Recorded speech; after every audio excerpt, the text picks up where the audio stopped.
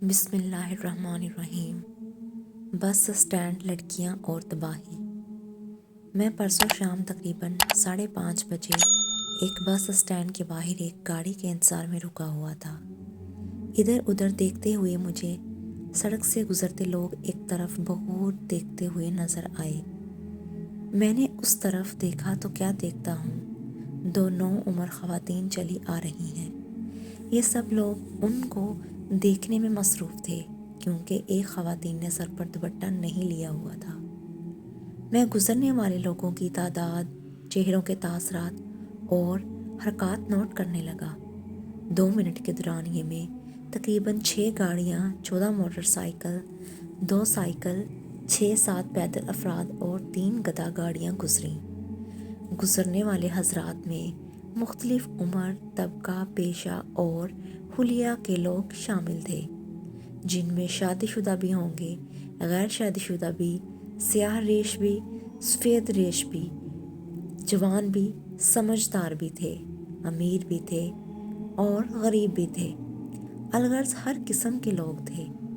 لیکن انتہائی افسوس سے کہنا پڑ رہا ہے، ہر شخص ان خواتین کو دیکھنے بلکہ مڑ مڑ کر دیکھے بغیر، تاڑے بغیر نہیں گزر رہا ہوگا۔ کیا آپ نے کبھی ہمارے معاشرے میں بڑھتی ہوئی بے راہ روی کی وجہ تلاش کرنے کی کوشش کی ہے؟ میں بتاتا ہوں۔ بنیادی وجہ بد نظری ہے۔ شہوت کی نگاہ سے دیکھنے سے ہارمونزی سسٹم کے اندر خرابی پیدا ہو جاتی ہے، کیونکہ ان نگاہوں کا اثر زہریلی رطوبت اخراج کا باعث بن جاتا ہے اور ہارمونز گلینڈز ایسی تیز اور خلاف جسم زہریلی رطوبتیں خارج کرتے ہیں جس سے تمام جسمانی نظام درہم برہم ہو جاتا ہے، جس کی وجہ سے اخلاقی پستی اور بے راہ روی عادت ثانیہ بن جاتی ہے اور اس کا عادی شخص آہستہ آہستہ حرام خوری کا عادی بن جاتا ہے۔ اسی وجہ سے آج معاشرے میں عصمت دری عام اور ہلکا گناہ شمار ہونے لگا ہے۔ ہمارے اخبارات، سوشل میڈیا جنسی درندگی کے واقعات سے خون آلود نظر آتے ہیں۔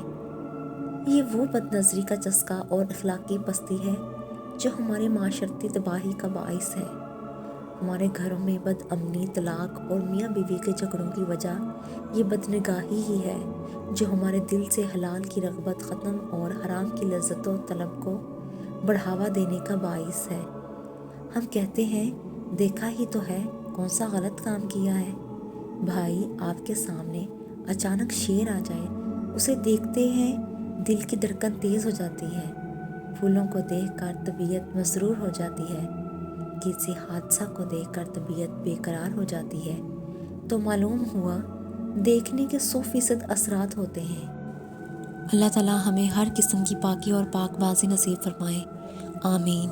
امید کرتی ہوں میری یہ ویڈیو آپ کو پسند آئی ہوگی۔ اگر پسند آئی ہوگی تو سبسکرائب کریں، لائک کریں اور شیئر کریں۔ والسلام۔